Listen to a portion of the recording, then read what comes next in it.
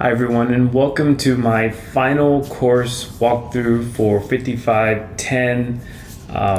Super excited to get this project up and running. It has been an amazing experience to take something from the design idea world and see it transform through the course into what it is now, and it's a fully functional course and something that I'm very proud of, and I want to walk you through that.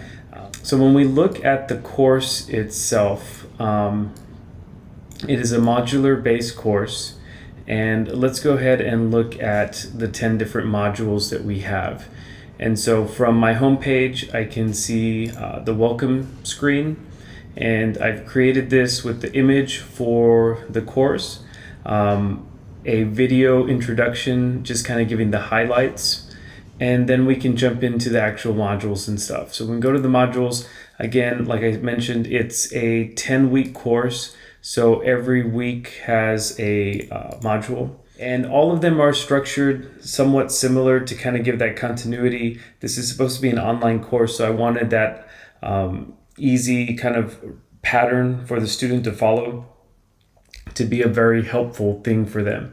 And so every week they will have a blog reflection, every week they'll have some sort of assignment, and then they'll have a class discussion. The modules themselves, when we open them up, the module page has directions and then the different activities with links so the students can go directly to that and see everything you have to do for the week. And then you can click on the link and that will take you to the individual assignment. I've also included in several of the assignments quick little videos on how to get something done. For example, in this first module, they're using Canva. So again, this is just a helpful information for the student to use as they build their infographic in module 1. And so what I tried to do is not make it solely about the creative writing. A lot of these students, again, are reluctant writers. So by introducing these multimedia aspects and kind of giving them alternative assignments to the writing, or better, like enrichment assignments, maybe not alternative, I still want them to write, but with these enrichment assignments, they're able to, one, pick up their grade, but two, engage with the material in a different way. For example, TP-Fast, it's a poetic analysis technique that we use in the classroom, and I created an infographic, and then I show the students in this quick little video what is expected of them when they use this infographic. And every assignment will have a rubric for the instructor to use. And one of the things that I asked the instructor to be cognizant of was the fact that writing improves when we get feedback. And so for every assignment, they're giving feedback so that the students feel more comfortable and they build that relationship not only with the instructor, but with their classmates. And okay, so now let's look at Module 4. And Module 4 builds upon the information that was taught in Modules 2 and 3. So they are taking now the SOAP or the TP-Fast analysis and they're putting it into practice. And so if we look at the link here, read if you should go. So when I click on that link, it's going to take me to the actual poem, and I have also an audio recording. So this idea that the internet can provide a lot of the resources and materials for teachers to extend their lessons, or to make use of a course like this without having to order a textbook was really important. Module 5, we're working on introducing students to spoken word poetry, and we start talking about hip hop and rap. And so that's what Module 5 is. And to kind of give students a little more familiarity with things that they're already accustomed to. They know what rap music is, so they know what poetry is. And we're building that connection. So in Module 6 and 7, they're introduced to different types of poetry, the more avant-garde poetry, contemporary poets that are kind of pushing the boundaries of what poetry is. I find that students find this type of poetry less intimidating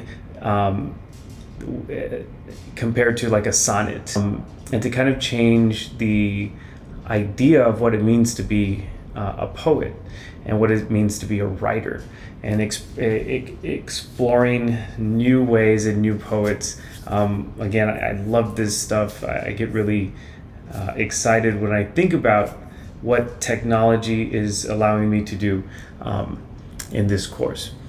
So those are the 10 modules. When I go to files, again, I'm in the instructor version, so I can look at, I have my instructor resources, and this is where I have my final design document and my job aid. And what I've done here, let me go back to the folders, is I've selected an unpublished folder, so no one will be able to see this other than the instructor. And then I also have the PDFs that I'm using in modules 2, 3, and 4. Again, rubrics, I've created a rubric for every assignment, and that's for the benefit of the instructor. I do have a quiz, but it's a course feedback quiz.